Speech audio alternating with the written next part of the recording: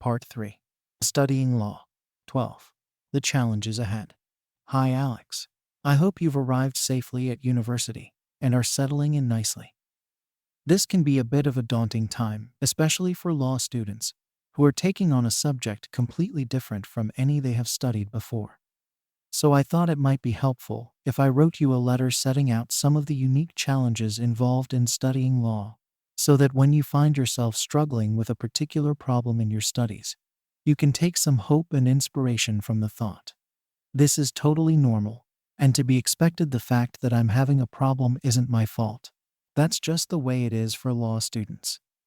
Moreover, this is a problem I will be able to deal with in time, just like the thousands of law students who have come before me. Change. This is, I think, the biggest challenge for law students: the need to change the way they think, the way they approach their studies, the way they write and argue. Law is a more personally transformative subject than any other you can study at university. You can study English or history or one of the sciences and still leave university pretty much the same person as you were when you arrived. In contrast, studying law, or at least studying law properly, leaves its mark on you. You leave university able to think more clearly, argue more effectively, reason more carefully, and with greater insight than you could ever do when you were at school. But in order to obtain the full benefit of what a legal education could do for you, you have to be willing to allow yourself to change. So be careful not to fall into the trap of thinking that whatever worked for you in your studies at school will also work for you when studying law at university. Be eager to take advantage of all the advice you will be given by your teachers as to how best to approach your studies. And constantly review your performance both in working and in writing, looking for areas that you could change and improve. Linguistic. One of the most important changes that you have to make in studying law is that you have to learn to speak like a lawyer. You have to become fluent in the specialized language that lawyers talk in. Let me give you an example. Here's a scenario that we meet fairly early on in the textbook on tort law that I co-author with Roderick Bagshaw. It's called the unfortunate rock star problem. Star goes everywhere with his bodyguard. Driver carelessly runs over Star while Star is crossing the road. Envy, who suspects that Star is having an affair with his wife, and who has been following Star to confirm his suspicions, takes advantage of the fact that Star is lying in the middle of the road to go up to Star and kick him in the head, something which causes Star to suffer severe brain damage. Bodyguard does nothing to stop Envy doing this, because he is unhappy with Star for sleeping with Bodyguard's latest girlfriend. If you were asked right now to say who Star should be able to sue for compensation for his brain damage, you would probably say something like, "Oh well, I think he should definitely be able to sue Envy for compensation, because it was Envy's kicking Star that caused the brain damage in the first place. And Bodyguard should also probably be liable, because it was his job to protect Star, and he didn't do his job. But I don't think Star should be able to sue Driver, because the brain damage didn't have that much to do with what Driver did." Now, that's not what a lawyer would say. A lawyer would say something like this: B Star should be able to sue Envy. His brain damage was caused by Envy's committing the tort of battery in relation to Star. Star won't be able to sue Driver. While Driver did commit the tort of negligence in relation to Star by carelessly running Star down, it being well established that drivers owe pedestrians in the vicinity a duty of care, Driver's negligence did not cause Star to suffer brain damage, while Star would not have suffered his injuries. But for Driver's negligence, Envy's actions broke the chain of causation between Driver's negligence and Star's injuries. In other words, they amounted to a novus actus interveniens. Bodyguard probably presents the most difficult case. While Bodyguard did owe Star a duty of care based on the fact that Bodyguard assumed a responsibility to Star and Bodyguard did breach that duty, it could be argued that Envy's actions broke the chain of causation between Bodyguard's breach and the injuries suffered by Star. However, it is a well-established principle that a defendant will not be able to rely on a plea of novus actus interveniens in order to escape being held liable for breach of a duty of care, if that would render his duty meaningless or nugatory, and this principle seems to apply here. If Bodyguard were not held liable for the harm suffered by Star here, he could never be held liable for any injuries suffered by Star at the hands of third parties, which Bodyguard negligently failed to prevent. All of the italicized words in B are legal terms of art that you, as a law student, have to learn how to use properly. In essence, you have to stop becoming someone who says A in response to the unfortunate rock star problem, and become someone who says B. So studying law presents much the same challenge as learning a foreign language does. And you have to meet that challenge in the same way that anyone who is learning a foreign language does, by immersing yourself completely in the language of the law, and not coming up for breath until speaking like a lawyer becomes second nature to you. Discouragement. But at first it's difficult. Just as you would if you were starting off speaking a new language, you stumble over the words. You don't say the right thing. You forget the order in which the words should go. And you know you are messing up even as you mess up. Law is a great subject for confronting you on a daily basis with conclusive evidence of your own incompetence in the subject. And if the law doesn't do it, other people will. Students who seem to have taken to the law much more quickly than you have, and teachers who quite rightly point out the errors and omissions in your first attempts at writing a legal essay or answering a legal problem, will inevitably make you feel like you aren't getting anywhere. It's very discouraging. And you start to think that maybe law isn't the right subject for you after all. But you need to put all those thoughts behind you and remember that this is normal. It's inevitable when you are starting a totally new subject for the first time that you will go through these experiences. And you will get over it. It will just take time. So give yourself the time you need to become a more confident and accomplished lawyer. And don't beat yourself up that you aren't proving yourself to be the next Clarence Darrow. Google him within a few weeks of arriving at university. Insecurity. Donald Rumsfeld, the former US Secretary of Defense, took a lot of flack for saying of possible connections between the Iraqi government under Saddam Hussein and terrorist activities that there are known knowns. There are things we know we know. We also know there are known unknowns. That is to say, we know there are some things we do not know. But there are also unknown unknowns, the ones we don't know we don't know. The Plain English campaign awarded him a prize for most nonsensical statement of the year. But as plenty of people have pointed out, since what Rumsfeld was saying was extremely clear, at least to anyone who bothered to listen to what he was saying, and wasn't automatically inclined to dismiss anything coming out of his mouth as the ravings of a deranged dingbat. And Rumsfeld's classification applies very well to law students. There are things that law students know they know. For example, there are a few things you now know about law just from reading these letters that I've been writing to you, such as that there is such a thing as the rule in Rylance v. Fletcher, which I mentioned in my third letter to you. And there are things that law students know that they don't know, and that they need to find out. So, for example, now that you've heard about the rule in Rylance v. Fletcher, you are aware that you don't know what the effect of the rule in Rylance v. Fletcher is or when it applies. But there are also a huge number of things that law students are unaware that they don't know. For example, you don't know that the rule in Rylance v. Fletcher doesn't apply in Australian law. But you were also until 2 seconds ago unaware of the fact that you didn't know that because it would never have entered your head to wonder whether the rule in Rylance v. Fletcher does or does not apply in Australian law. The study of law is full of unknown unknowns, bits of legal information or arguments about the law where 1. You don't know about them, and 2. You are unaware that you don't know about them. This is because there is a bottomless well of knowledge about the law. However much you may know about the law, there is always more you could know. A minority of law students don't worry about this. There are things they know about law.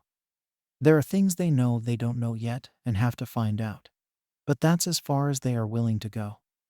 They aren't that disturbed by the fact that there might be a huge amount of information about the law out there that they aren't even aware that they need to know about to do well in their exams. And inevitably, they don't do well in their exams as a result. But most law students do worry a lot about whether they are studying law to the right level and whether they are missing out on a whole load of information that they need to know about, but which they aren't even aware exists. Some students who worry about this kind of thing react to their insecurity about whether they know enough about the law by working themselves into a frenzy. They work and work and work, hoping that by reading and covering as much material as possible, they can guarantee that they will know enough to do well in the exams. And they do well, but there is a healthier way to reassure yourself that you are studying law to the right depth. You know enough if 1. You complete the reading lists that you are given by your teachers. 2. You are familiar with the areas of law covered in any lectures that you are given. 3. You are able to come up with some intelligent and interesting answers to essay questions that have been set in the exams in your subjects in previous years. 4. You are able to answer properly problem questions set in past papers. Once you satisfy conditions 1-4, there's no need to worry about pushing yourself harder and harder to learn more and more about the law. Memory. Law students have to absorb and retain a lot of information about what the law says, about what particular cases decided, about various people's views of the law. In subsequent letters, I'll give you a few tips about how to study effectively in a way that will help you remember what you are studying. But the basic point is that the key to fixing things in your memory is to associate what you are trying to remember with things that are memorable. For example, chess players are able to remember thousands of different chess positions. But that's only because they can see patterns in the positions that link different pieces together. And it's those patterns which enable them to remember the positions. A chess player, no matter how good, would not be able to remember a position where the pieces on the board were scattered randomly around the board. Memorable. Unmemorable. So searching for patterns or systems underlying what you are studying is an effective way of fixing what you are studying in your brain. Making use of information is another way of fixing that information in your head. You associate the information with the use you made of it. For example, go onto the internet and search for a recipe for, say, beef bourguignon. Merely looking at the recipe and reading it over and over will not fix it in your head. But make the dish 3 or 4 times, and you'll never have to look at the recipe again. Your actions in shopping for the ingredients and cooking them will have placed the details of the recipe in your long-term memory. So using legal information as much as you can in discussing the law with your fellow students, or in arguing hypothetical cases, or in answering past paper questions is a very effective way of making that information so much part of you that you'll never forget it. Legal fictions. The existence of legal fictions presents a particularly difficult challenge for students studying law. Peter Burks explains how a legal fiction works. Among the sillier Oxford stories is that of the dean's dog. The college's rules forbid the keeping of dogs. The dean keeps a dog. Reflecting on the action to be taken, the governing body of the college decides that the Labrador is a cat and moves on to next business. That dog is a constructive cat. Deemed quasi or fictitious, it is not what it seems. When the law behaves like this, you know it is in trouble, its intellect either genuinely defeated or deliberately indulging in some benevolent dishonesty. So a legal fiction comes into existence when we have a legal rule which says, say, in situation A, you can do B. A judge would like to do B in situation C. But instead of changing the rule so that it says, in situations A or C, you can do B, what the judge does instead is say that situation C is the same as situation A when it isn't. The reason why judges do this is that they don't like to be seen to be changing legal rules, because it is popularly believed that the job of the judges is to apply the law and not make the law.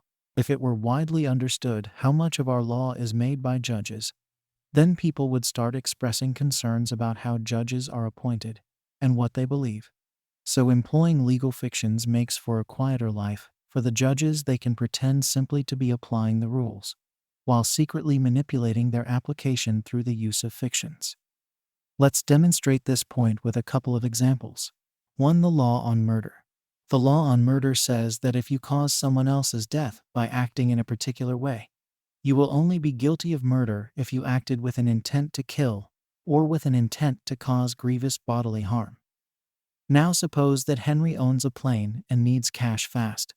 So he has the idea of putting a bomb on the plane so that it blows up in midair.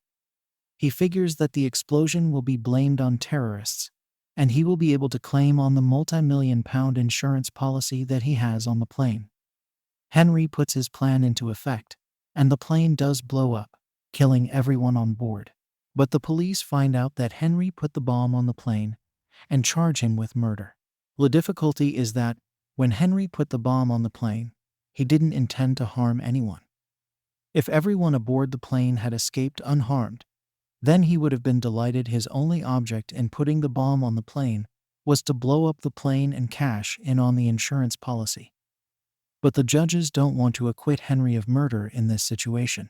Now, one way they could deal with this issue is by changing the law on murder, so that it says that if you cause someone else's death by acting in a particular way, you will be guilty of murder if you acted with depraved indifference to the value of human life. That new rule would cover Henry's case perfectly, as well as all the other cases that were covered by the old rule. But the judges don't want to be seen to be changing the law on murder, so instead they convict Henry of murder by employing a fiction. They say that if you foresee that death is virtually certain to result from your actions, then you can be held to have acted with an intent to kill. This is a fiction because the fact that you appreciate that some consequence is virtually certain to result from your actions does not necessarily mean that you intend to bring about that consequence. A surgeon will foresee that it is virtually certain that the family of a man he was operating on will be profoundly upset when he tells him that he was unable to save the man's life. But it would be completely wrong and extremely offensive to say that when he tells them the terrible news, he is acting with an intent to upset them. But using this fiction allows the judges to convict Henry of murder. He foresaw that death was virtually certain to result from his actions, so he can be held to have had an intent to kill. 2. The law on recovery for the careless infliction of pure economic loss. It used to be the case that if a carelessly caused B to suffer a form of pure economic loss, that is, a loss of wealth that doesn't result from B's being injured or his property being damaged, that B would not be allowed to sue for compensation for the fact that it has made him worse off. B would just have to bear the loss himself. For example, if engineer carelessly cut off the power to Mogul's factory so that the factory couldn't produce any goods for a few days, Mogul wouldn't be able to sue engineer for compensation for the profits that he would have made from selling the goods that he would have produced during the period his factory was shut down. But in 1964, the judges, acting honestly for once, changed the law and said that if a carelessly caused B to suffer a form of pure economic loss, B could sue A for compensation for that loss if A had assumed a responsibility to B not to be careless. So far, so good. But in 1995, a case called White v. Jones came along where the courts wanted to allow a claimant, someone who is suing, to sue a defendant in this context, someone who is being sued for carelessly causing her to suffer pure economic loss, when there was no way it could be said that the defendant had assumed a responsibility to the claimant. In White v. Jones, the defendant's solicitor had been employed to draw up a will under which the claimant would have inherited £9,000, but had carelessly taken so long to draw up the will that the testator, the person wanting to make the will, died before the will could be signed and witnessed. So the claimant lost out on her inheritance and wanted to sue the defendant's solicitor for compensation. But as there was no contact between the claimant and the defendant, it was impossible to say that the defendant had assumed a responsibility to her in agreeing to draw up the will. He had assumed a responsibility to the testator, but not to the claimant. However, the judges wanted to hold the defendant liable to the claimant. One way they could have handled the situation was to change the law as laid down in 1964 and say that if A carelessly causes B to suffer a form of pure economic loss, B will be able to sue A for compensation for that loss if A assumed a responsibility to B. But even if A has not assumed a responsibility to B, B might still be able to sue A depending on the circumstances of the case. And in these circumstances, we think the claimant should be allowed to sue, even though the defendant did not assume a responsibility to her. But instead, what the judges did was that they employed a fiction. They said that they would hold that the defendant solicitor had assumed a responsibility to the claimant in this case, even though it was clear that he had not. Legal fictions are always bad news for the law and law students. They are bad news for the law because they store up trouble in the future. For example, the fiction that you can be held to have had an intent to kill if you acted knowing that death was virtually certain to result from your actions creates problems in a situation where a mountaineer A, who is attached by a rope to a mountaineer B higher up on the mountain, slips and falls into a very deep crevasse. The only thing stopping A from falling to his death is the fact that he is attached to B, who is now unable to move because of the dead weight hanging off him. After a few hours of waiting fruitlessly for help to come, night starts to fall and the temperature drops dramatically. B knows that both he and A will die if they remain in their current positions. In order to save himself, he cuts the rope and A falls to his death. Is B guilty of murder? Under the rule adopted by the courts that you can be held to have intended to kill if you acted knowing that death was virtually certain to result from your actions, the answer might be yes. But the judges don't want to find B guilty of murder. So in order to deal with this case, they are forced either one to hold that they will not always find that someone had an intent to kill if they foresaw that death was virtually certain to result from their actions, and leave it unclear when they will and when they won't do this. Or two, to give B the benefit of some special defense, such as, my actions resulted in more lives being saved than were lost. That may apply in other situations where we might not want it to apply. Legal fictions are bad news for law students because they make the law harder to understand and apply. For example, when the judges held in White v. Jones that the claimant could sue the defendant's solicitor because the defendant had assumed a responsibility to the claimant, the result of their deciding the case that way was to leave it completely unclear why they were really holding the defendant liable to the claimant. Their real reason for holding the defendant liable could not have been that he had assumed a responsibility to the claimant because he hadn't. So what was it about the case that motivated them to hold the defendant liable to the claimant? We can only guess. Maybe they thought that the defendant shouldn't be able to get away with acting unprofessionally. Maybe they thought that the claimant should be allowed to sue the defendant because the defendant had positively got in the way of her receiving an inheritance from her father by offering to help the father with setting up the inheritance and then doing nothing about it. Whichever explanation you go for has big implications for the relevance of White v. Jones for other cases. But as we can't be certain which explanation to go for, we can't be certain how White v. Jones applies in those other cases. So how should you approach legal fictions when you come across them? A warning note. Don't be overeager to find legal fictions all over the place. They exist, but they aren't that common. Well, in thinking about the law, dig beneath the fictions and ask yourself, what is really going on here? Why are the courts stretching the law here? What is the real rule that the courts are giving effect to? In writing about the law, you have to respect and apply legal fictions in answering problem questions. So, for example, if you were asked to answer a problem question involving a situation like Henry's case, you should say something like, Henry will almost certainly be held to have had an intent to kill when he put the bomb on the plane, as he foresaw that death was virtually certain to result from his actions. When writing essays, you should expose any relevant fictions and discuss why they exist, so as to demonstrate your superior understanding of the law. For example, if you were writing an essay on the law of murder, you might say that the willingness of the courts to find that a defendant had an intent to kill if he foresaw that death was virtually certain to result from his actions reflects, in some cases, their desire to find guilty of murder defendants who have caused others to die, while showing a depraved indifference to the value of human life. Given this, there is a case for arguing that the law of murder should be reformed, so that it can more straightforwardly give effect to this impulse of the courts, and that it should say that a defendant will be guilty of murder if he causes another's death in circumstances which demonstrate on the part of the defendant a depraved indifference to the value of human life. The sources of law. The final challenge that you will come across as a law student is rooted in the sources of law in the UK.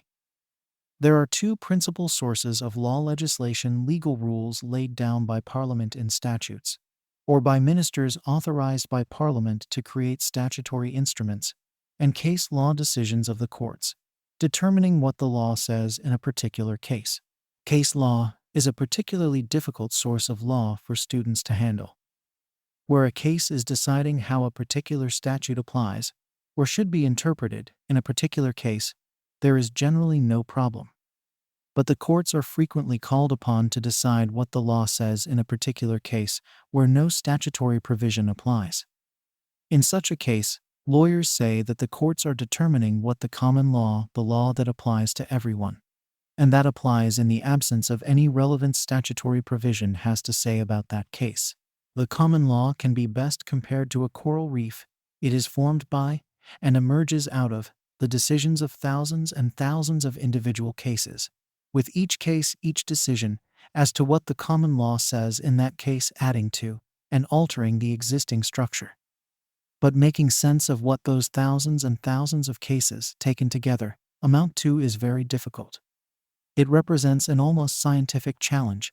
You have thousands and thousands of data points, and you have to speculate as to what rule or rules best account for the existence of those data points. This is why the letter I wrote to you on how to make speculative arguments is so important for law students, as making sense of the common law involves making precisely those kinds of arguments. Indeed, it used to be fashionable to use the term legal science to describe what lawyers did when they tried to make statements about what the common law did, and did not say, though that usage has now fallen out of fashion, as it gives us exaggerated ideas about how certain we can be about what the common law actually says. In determining what the common law says on particular issues, you will have lots of help. You will have textbooks and articles that give you their opinion of what the law says, lecturers and other teachers who have their views, and cases where judges helpfully try to make sense of what other cases that have been previously decided establish. But you will also be expected to think for yourself, and not just accept as gospel truth other people's views about what the law says. And thinking for yourself may be the biggest challenge of all. Students emerging out of an educational system where they are told by the schools precisely what to write in their exams find the question, "What do you think?" very hard to handle. But make the effort to start thinking for yourself and thinking critically about what other people have to say about the law, and you will soon get used to it. It occurred to me, on looking at the last few paragraphs, that there are a few technical lawyers' terms, statutes, statutory regulations, common law there that you are probably not familiar with at the moment. I have an idea for something I can do to help you with that. I'll be in touch soon. All best wishes, Nick.